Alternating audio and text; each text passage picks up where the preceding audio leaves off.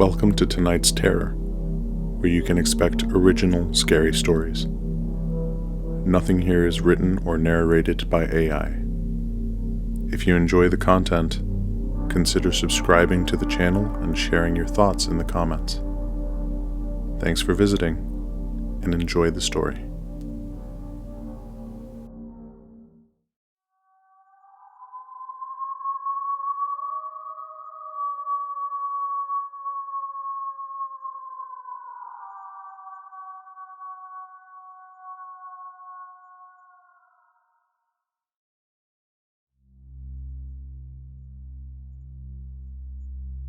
I should have known something was wrong long before they dropped me off. The red flags were everywhere when I look back on it now. I'd been too enchanted to see it. Enchanted by the romance of the wilderness. The little beam of spotlight that might shine on me when the show aired. And of course, the prize money. I watched the aluminum hull speedboat skip along the slate blue water and disappear around a point of land a quarter mile down the coast. Vanished behind a rocky point veiled in spruce and shore pines. I took a deep breath. The air smelled of salt and cold stone. After exhaling deeply, I noticed the quiet. It rushed in to fill the void left by the whine of the boat's motor and pressed against me. I was completely alone. No other humans for miles and miles. The producers that assured me of that. Wild animals, toxic plants, extreme weather. Those things I would find in spades. But people? None. It was a game show of sorts. Maybe you've seen them. A call goes out for survivalists, outdoor enthusiasts, hikers, hunters, anyone who thinks they could live off-grid with limited supplies.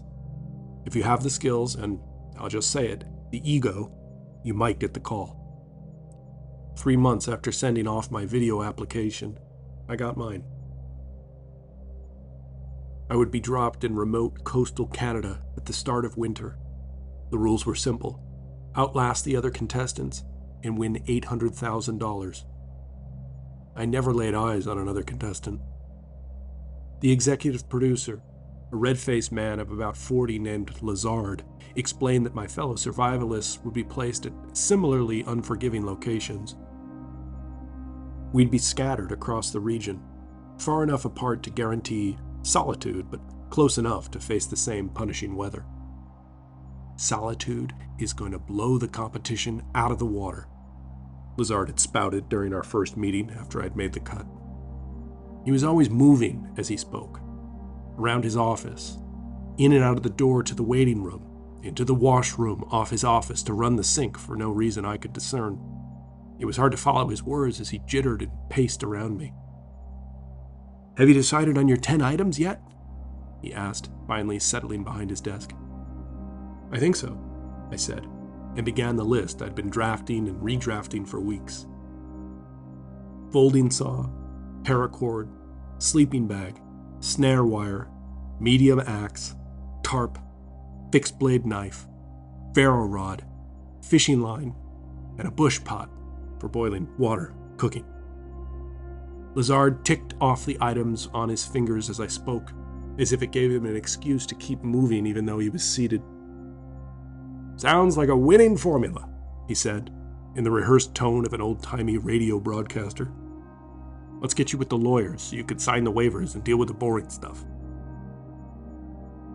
The offices should have been my first clue. Everything looked temporary. The furniture in the waiting room didn't match. Scuffs from the mover streaked the walls, unpainted and obvious. Bits of torn paper and fuzz on the carpets.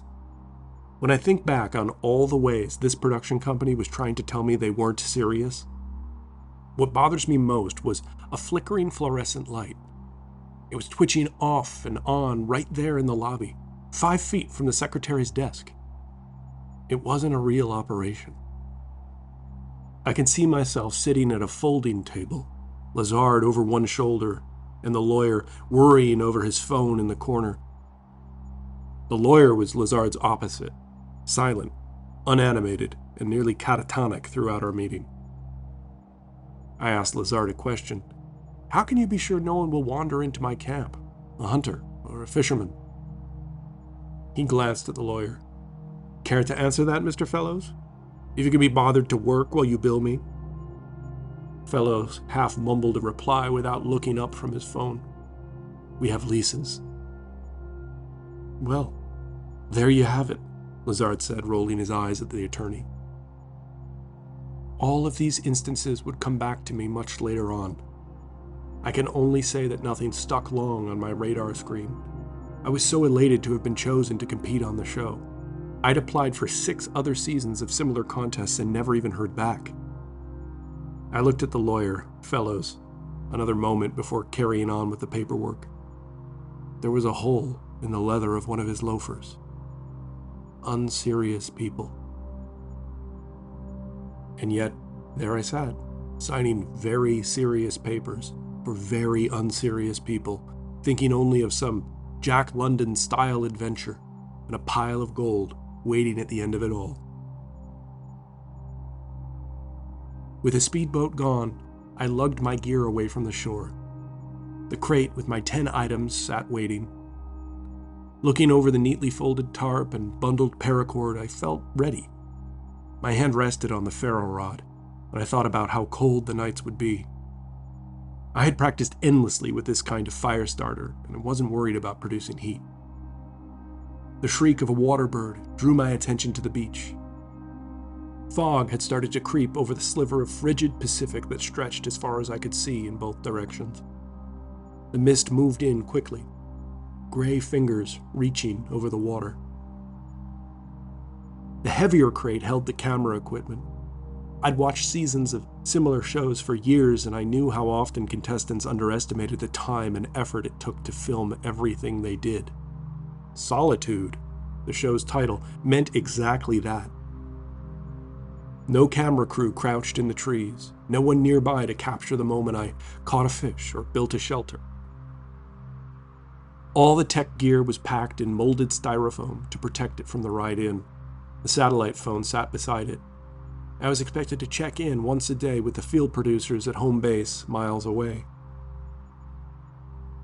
Lazard had explained that I'd receive a 2-word response from headquarters. Good check. Nothing more. No conversation, no social contact. Anything to ensure the show tested our mental endurance as much as our survival skills. I'd seen dozens of people tap out on these shows, undone by nothing more than the loneliness. Lazard had said the cameras would auto-upload through satellite link whenever possible, but that we'd also store footage locally in case of signal loss. He hadn't said how often they'd be monitoring us, but he proudly crowed, "We can see everything in real time. That's what makes Solitude different. We'll edit and air episodes while you're still out in the bush. You'll be famous before you even get back." The phrasing had been hollow, almost like he was reading from a script he didn't fully understand. As I scouted the area for a decent campsite, I found myself wondering where the home base even was. I'd been blindfolded for the 2-hour boat ride, and all I knew was that I'd been dropped along a Pacific inlet on the British Columbia coast, somewhere north of Vancouver Island. The departure had been chaotic, shouting among producers, the base camp team, and the boat pilot. I'd gotten the impression that the pilot didn't even know he was working for a TV show. Twice I heard him ask, "What's all this camera gear gonna weigh?" At the time, I brushed it off, assuming it was hard to find reliable transport this far out. It wasn't until I was nearly done with my A-frame tarp shelter that I thought again about that pilot. In theory, if I used the satellite phone to call for help, the production team was supposed to race to my location with medics in tow. But the man who'd brought me here hadn't seemed to know what Solitude was. How could the producers be sure they had access to rescue boats when they needed them? As unsettling as that thought was, I had too much to do to dwell on it. I got back to gathering firewood. It would be a week before I noticed the next crack in the foundation of this whole enterprise. The first several days were unremarkable. I know that's odd to say given the drama of the situation and the stakes of the show, but things were just fine. I collected plenty of water and firewood. I slept reasonably well, and I caught 2 coho salmon. I even had the energy to wander a bit and set a few snare traps. Despite the constant physical work, hauling driftwood, tending the fire, checking lines, my thoughts were free to wander. I thought about home most often, mostly about my parents. When I pictured winning, I always imagined the moment I could tell them their mortgage was gone. They'd struggled to make ends meet in their old age. My father had sheepishly asked me for help paying for prescriptions more than once over the past year. They weren't destitute, but they were always one burst pipe or car accident away from real trouble. To win this contest and take care of them in a lasting way would mean everything. I'd struggled to find stable work since college, and I knew I'd never have my hands on enough money all at once to make their worries disappear. Not unless I could win this thing. For a few days, I thought I had the place figured out. Then, the wilderness reminded me who was in charge. The weather began to turn. Not a blizzard, though I might have preferred one. It came as freezing rain, hard and relentless, the drops hitting like ball bearings against my skin and skull. I was colder than I ever been in my life. Drying out and bringing my core temperature back up inside the shelter took hours each day. After a few rounds of that, I began to worry about food. It was nearly impossible to spend more than a few minutes outside before I had to surrender again and bury myself in my sleeping bag. When nature stopped cooperating, I finally understood why so many people failed on these shows. The loneliness was real. The nights were worse than the days. I'd record a quick video recap of the day while hunkered in my sleeping bag and then lie awake, listening.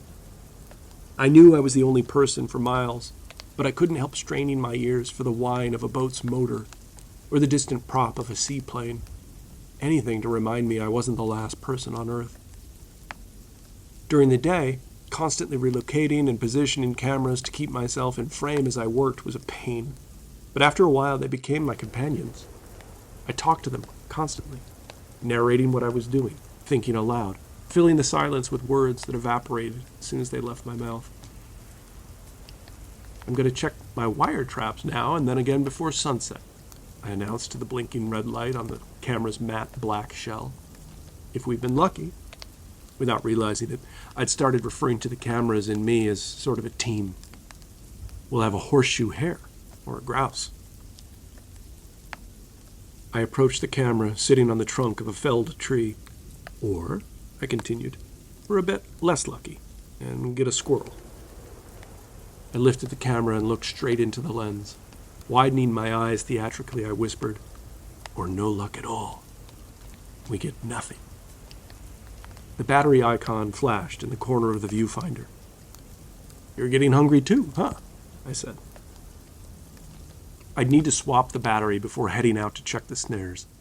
The top layer of styrofoam in the equipment case had held the cameras, the satellite phone, and one spare battery. The layer beneath it contained more than 24 camera batteries and 3 backups for the satellite phone. I slid my fingers between the case and the padding and pulled. The layer of molded foam came out easily. I looked into the case and squinted, unsure at first what I was seeing.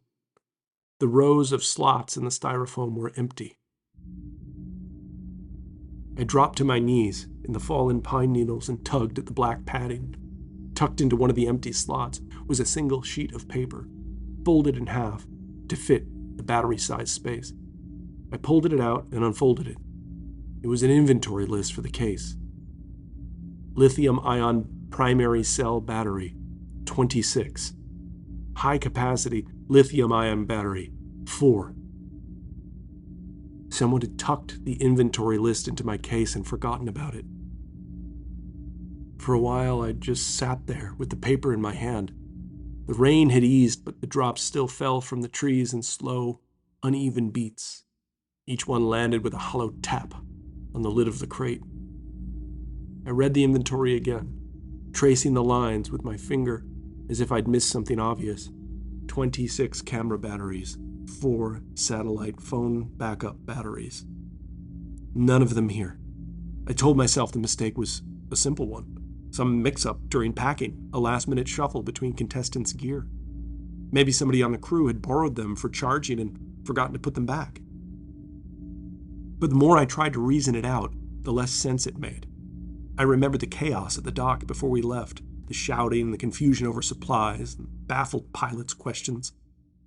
They'd been in a rush, sure, but not careless enough to send a contestant into the wilderness without power, not without checking, not without redundancy. The thought astounded me. The back of my neck grew hot with fury. Someone had signed off on my gear, initialed a manifest, handed it over with a smile and a thumbs up. How do you miss 26 batteries? How are you not triple sure the satellite phone will work? The paper was damp and soft now, the ink beginning to blur. I folded the list and tucked it back into my jacket pocket. I was caught between fury and instinct, half wanting to tear the place apart, half thinking how to survive. Dark possibilities rushed in. Anything could happen to me now. I would start writing dates on the back. Times, weather, what failed, figuring someone might need a record if I didn't make it out of here. The burning heat on the back of my neck wasn't just anger. It was something worse. Something any trained survivalist recognizes as a death knell in an emergency situation. Panic. As the day closed, I'd calmed down enough to think straight. Panic never helped anyone. I still had water, fire, shelter, and some food. The missing batteries were a problem, not a disaster. Not yet. There were a few spares in the cameras. I could ration them if I was careful. For a while. I had to fulfill my filming obligation as a contestant. All I really needed was confirmation that the crew knew. Once I told them, they'd fix it. That's how these shows worked. I took the satellite phone from the crate and sat near the fire. The plastic felt slick in the damp air. I pressed the power button and waited for the screen to blink alive. The signal bar appeared, thin but steady. I scrolled to the preset frequency labeled Daily Check-In and hit Talk. Base, this is contestant 6, I said. I have a problem. The backup camera and satellite phone batteries are missing from my crate. Please confirm you copy. Static. Then, the familiar male voice, flat and calm as always. Good check. I frowned and pressed the button to speak again. Negative, not a check-in. I'm missing equipment. 26 camera batteries, 4 for the phone. Please confirm you read me. Good check. I stared at the small green display on the phone. The signal bar remained. You're not understanding me, I said. I need replacements. Repeat, replacements. Good check. The same exact words. Same rhythm. I waited a full minute before speaking again. Is this pre-recorded? Silence. The phone hissed softly. Nothing else. Say something else, I said. Anything, just so I know you're there. Nothing. The signal bar hadn't moved. I powered off, then on again. Reconnected. Station base, do you copy? Good check.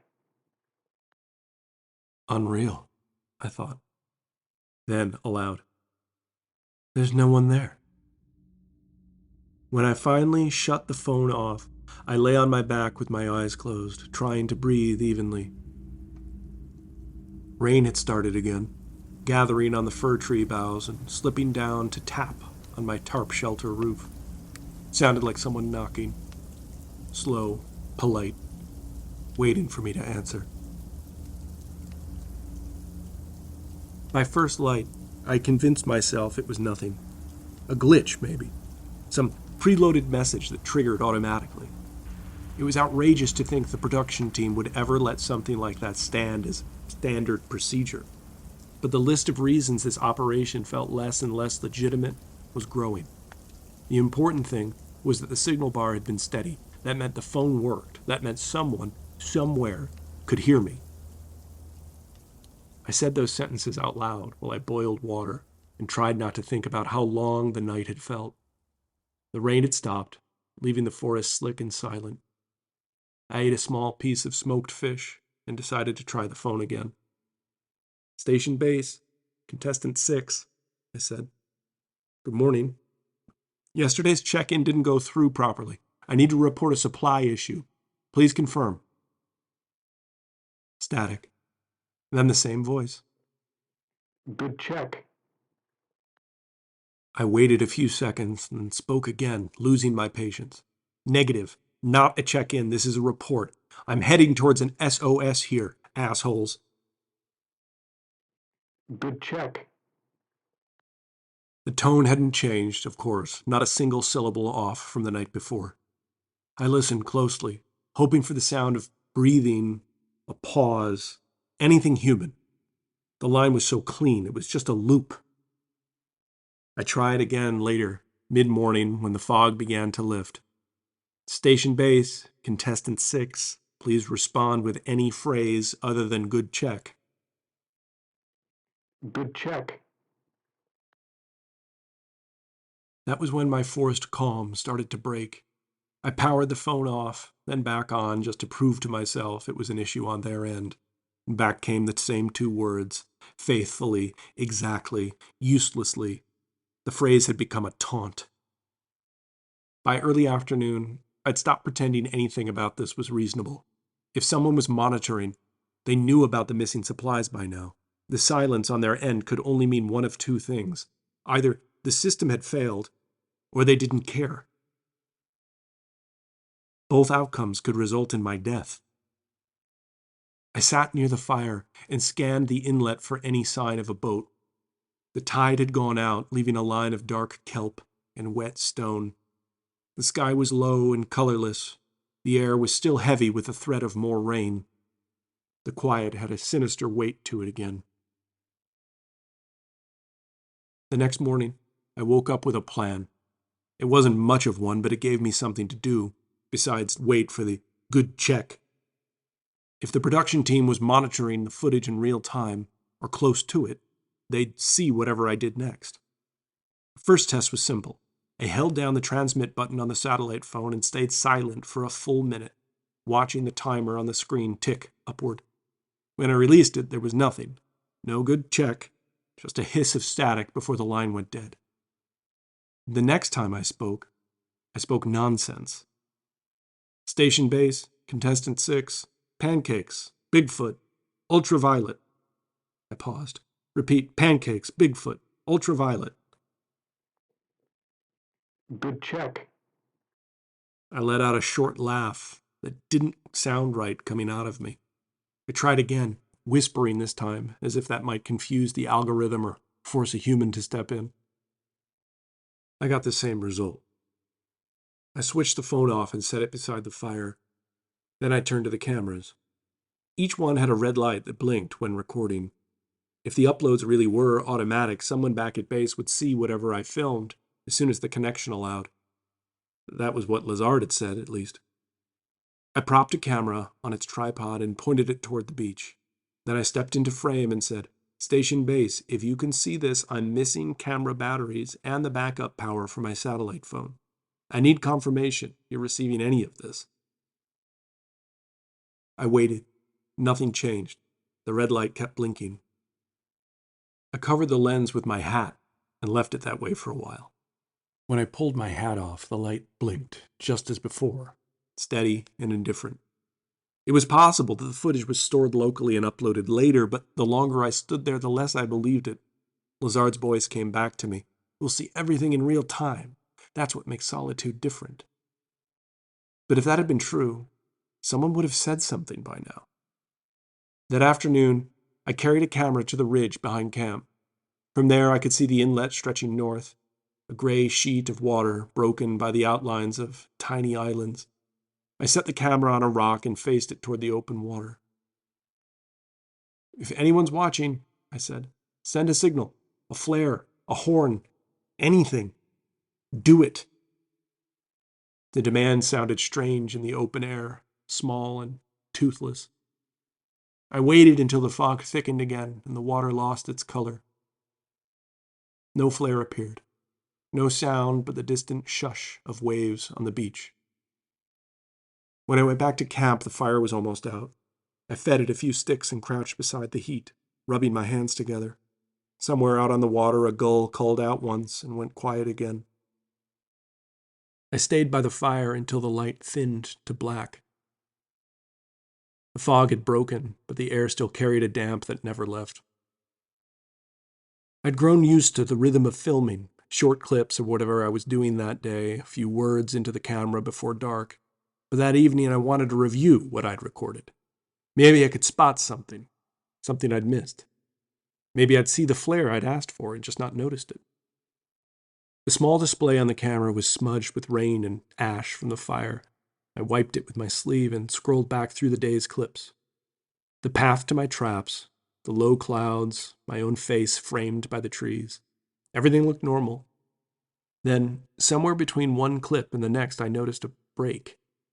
The time code jumped ahead 27 minutes.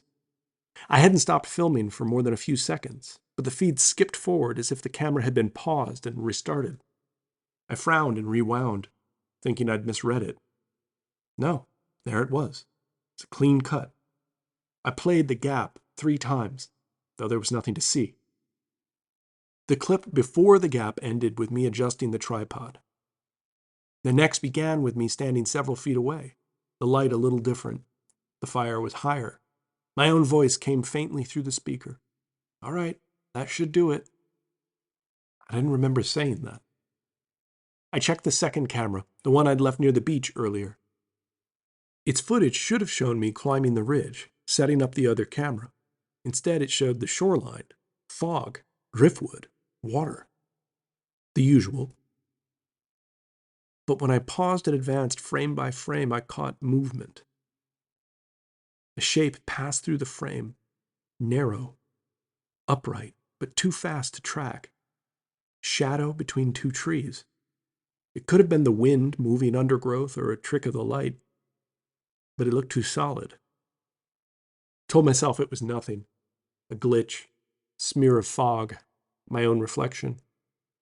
The woods outside had gone dark by then. The fire popped and threw light against the tarp. I rewound again and turned the volume up. Under the faint wind on the recording, I heard something else. A breath. Just one, drawn close to the microphone. When I shut the camera off, my fire seemed smaller than before.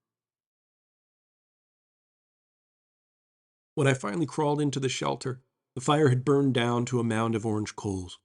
I left one of the cameras aimed at the opening of my A-frame home, recording, its red light winking in the dark. The light was small enough that it didn't feel intrusive, more like a single ember that refused to die. It faced the fire and the line of trees beyond, so if anything moved out there, I'd have it on film. The wind had picked up, came off the water in slow, heavy gusts that pushed through the trees and made the tarp flex and sigh. I lay there listening, counting the pauses between each burst to lull myself to sleep. The forest moved like a living thing, branches shifting, faint wisp of needles falling to the earth. I told myself I was hearing the same sounds as every other night. Then I caught something else, a faint, dry tap. Then another, closer. It didn't fit with the wind or the branches. It's too sharp. I tried to place it, but the sound kept stopping just when I thought I'd fix my mind on it. I held my breath and waited. The wind eased. The tapping stopped. I exhaled and turned onto my side facing the camera. Its red light blinked again, steady as a heartbeat. I must have drifted for a while because when I opened my eyes, the fire was out. The forest had gone still, in a way that made the silence feel heavier than the noise. The tarp had stopped shifting and ticking without the wind. I looked at the camera. The red light was gone. I sat up, fast, my head crunching against the tarp's plastic. The camera was still there, its lens pointed toward me. The power light was off. I pressed the button. Nothing. I checked the other cameras. Same thing. Every one of them was dead. The batteries couldn't have drained all at once. That wasn't possible. I found the satellite phone in my pack and pressed the power switch. It stayed black. The battery hadn't been low. Not yet. I shook it, held it up to the light from my headlamp, and tried again. Nothing. Suddenly more wary of battery life, I clicked off my headlamp and sat in the dark, listening to my pulse. Then, faintly, from somewhere near the water, I heard the sound again. A single tap. Then another, farther off. I waited for the next one. It never came. By morning, the fog had cleared enough to see the far side where the tree line met the water.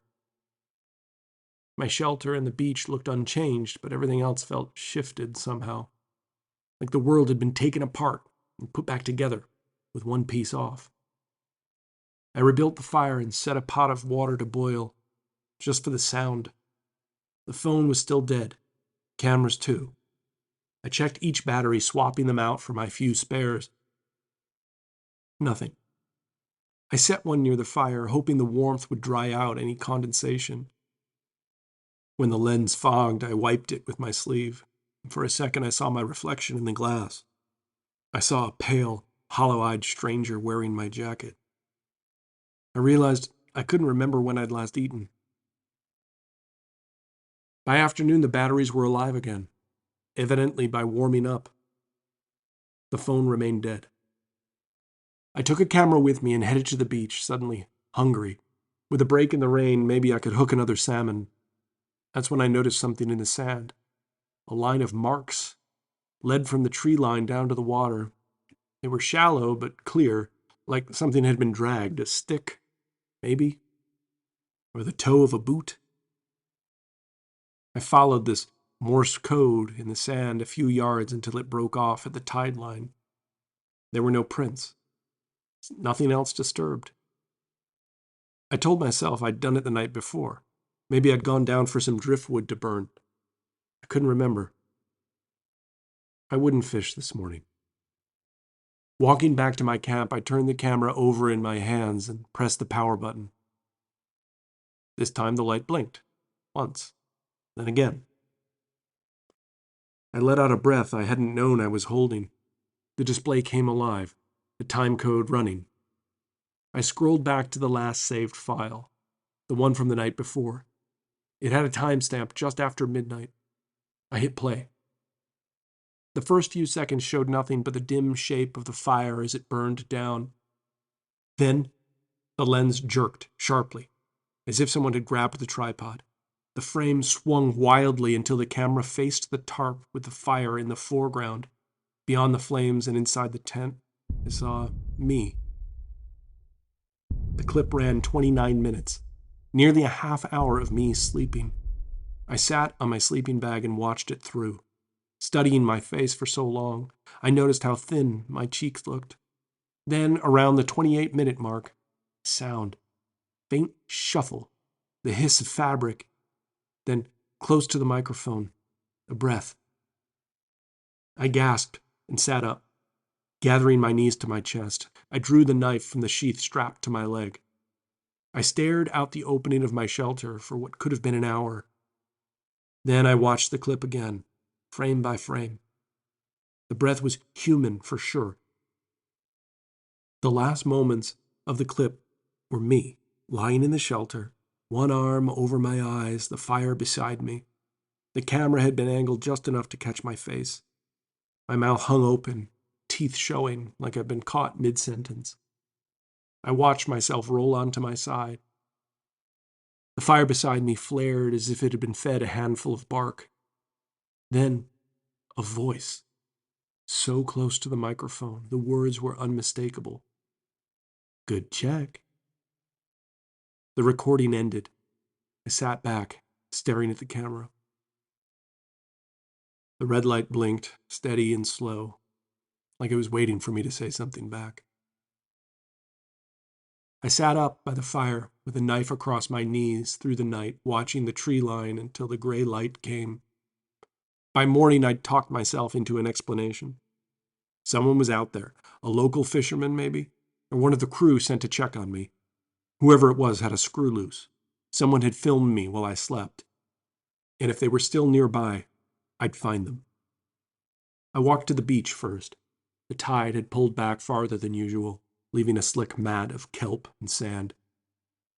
I moved slowly, scanning for prints, anything human. Nothing but gull tracks and long trails of driftwood dragged by the tide. Then I cut into the trees behind camp, following the slope upwards. About 50 yards in, I found a boot print. It wasn't mine. The tread was wrong, wider, heavier. The print was deep, the edges still sharp. Someone had been here within the last day or so. I called out, "Hey!" My voice came back, flat, through the trees. I waited a minute, listening. Nothing. A little farther on, I found another print, then another. The trail zigzagged between trunks and disappeared where the ground turned to rock. I turned back toward camp. From there, I could see the tarp, the smoke from the fire curling upward. I decided to ignore the fact that the light was dying. I wasn't going to stop when the tracks ended. I moved north, along the ridge for an hour with no real plan, exhausted and scarcely thinking. I knew I couldn't pass another night waiting for someone to set upon me while I was bundled in a sleeping bag. Then I smelled smoke. A thin thread of it rose beyond the trees 100 yards ahead. I crept closer. Soon I saw that the smoke came from a small ring of stones on the beach. Cautiously I approached the abandoned fire. There were bones in the ash, fish vertebrae, the curve of a bird wing.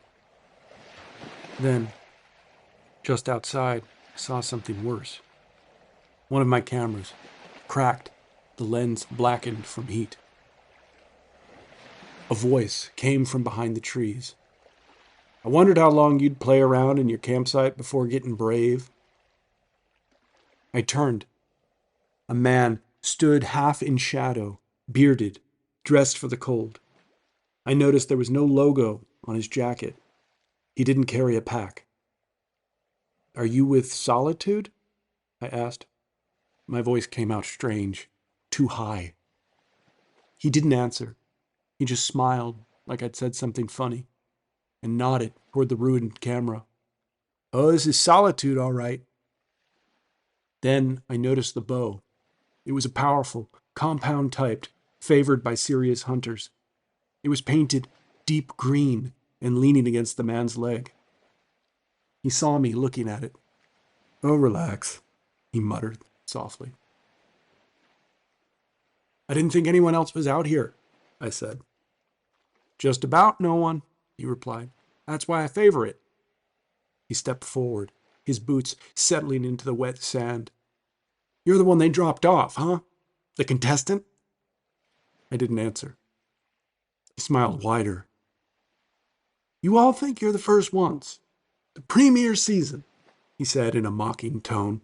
"Cameras, sponsored gear, fancy knives. The watchers love that." "Watchers?" I asked, but he carried on, undeterred.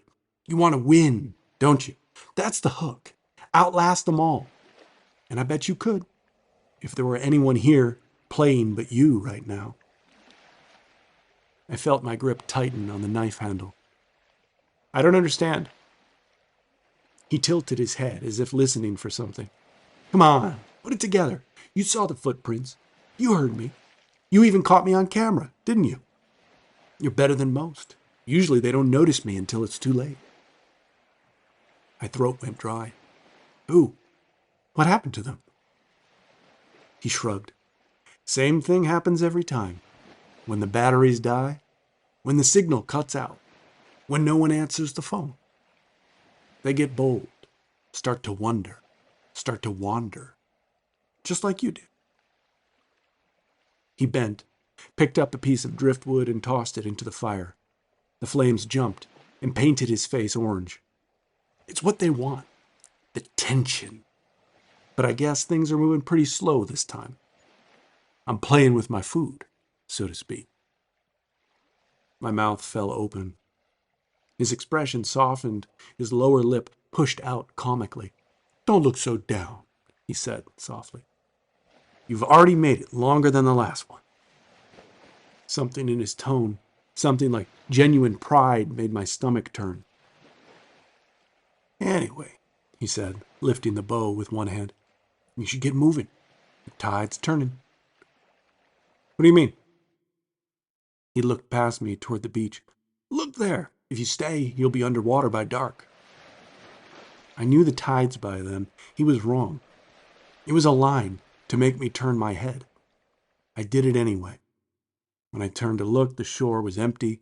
When I faced him again, he was gone. For a long moment, I just stood there staring at the spot where he'd been. Hello, I called. The word came out thin, swallowed up by the trees. I stepped toward the fire ring. The bones and the ruined camera were still there. The driftwood he'd thrown on the coals still smoldered faintly. I crouched to touch the camera, half expecting it to be hot. It was cool. The lens cracked in a perfect spiderweb pattern. Then I heard him again. Still here? The voice came from somewhere in the trees, not far. I froze. I don't want any trouble, he said. I'm just here for the show. That's what they all say, called back. That's what I said. A chill moved through me that had nothing to do with the weather. What? You work for them? He laughed. It was a real laugh. Loud, startling, but it cut off fast. Work, that's one way to put it. Branches shifted. I turned to the tree line, knife raised, but there was no one there. His voice cut through the gloom again. They're here, you know. The real cameras. They just keep rolling. You keep up the good work. You feed them, they feed me. I stepped backward toward the beach. Don't, he said. It wasn't shouted. It was calm, like an order he knew I'd obey. If you run before I tell you, you'll make it worse. Every muscle in my body screamed to bolt, but I stayed still, the knife handle hot in my hand. Then what do you want? I demanded. You still haven't figured it out, have you? He said. Well, let's get this over with. There's no prize money. Hell, I won once. You know what I got? This. Still breathing. What are you talking about? I stammered. You're the entertainment. That's all. These rich sickos like watching the hopeful ones best. You've been a hit. So industrious, full of spunk. The meaning of his words wouldn't crystallize in my mind until later. Before I could process what he'd said, I heard a high-pitched whistle from the trees. An arrow hissed down into the campfire at my feet. The driftwood exploded. Sparks erupted in a plume of red. I ran.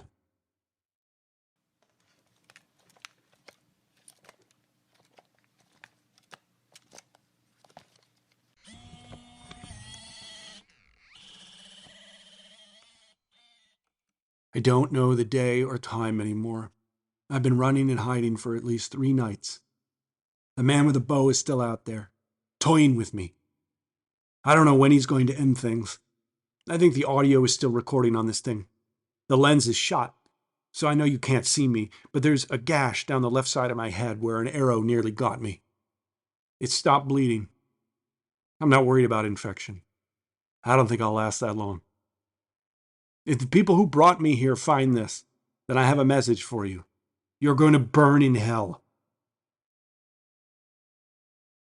I've written what I could on the back of the inventory paper. The dates until I lost track. What happened and when. The SD cards are wrapped in plastic under the flat stone by the fire ring. If you find this, maybe you already found those. I don't know where I'll stash this last camera yet. Tell my mom and dad I love them, and I'm sorry. I followed the rules. I stayed where they left me. I made the calls. I would have won. I guess this is my last report. Good check.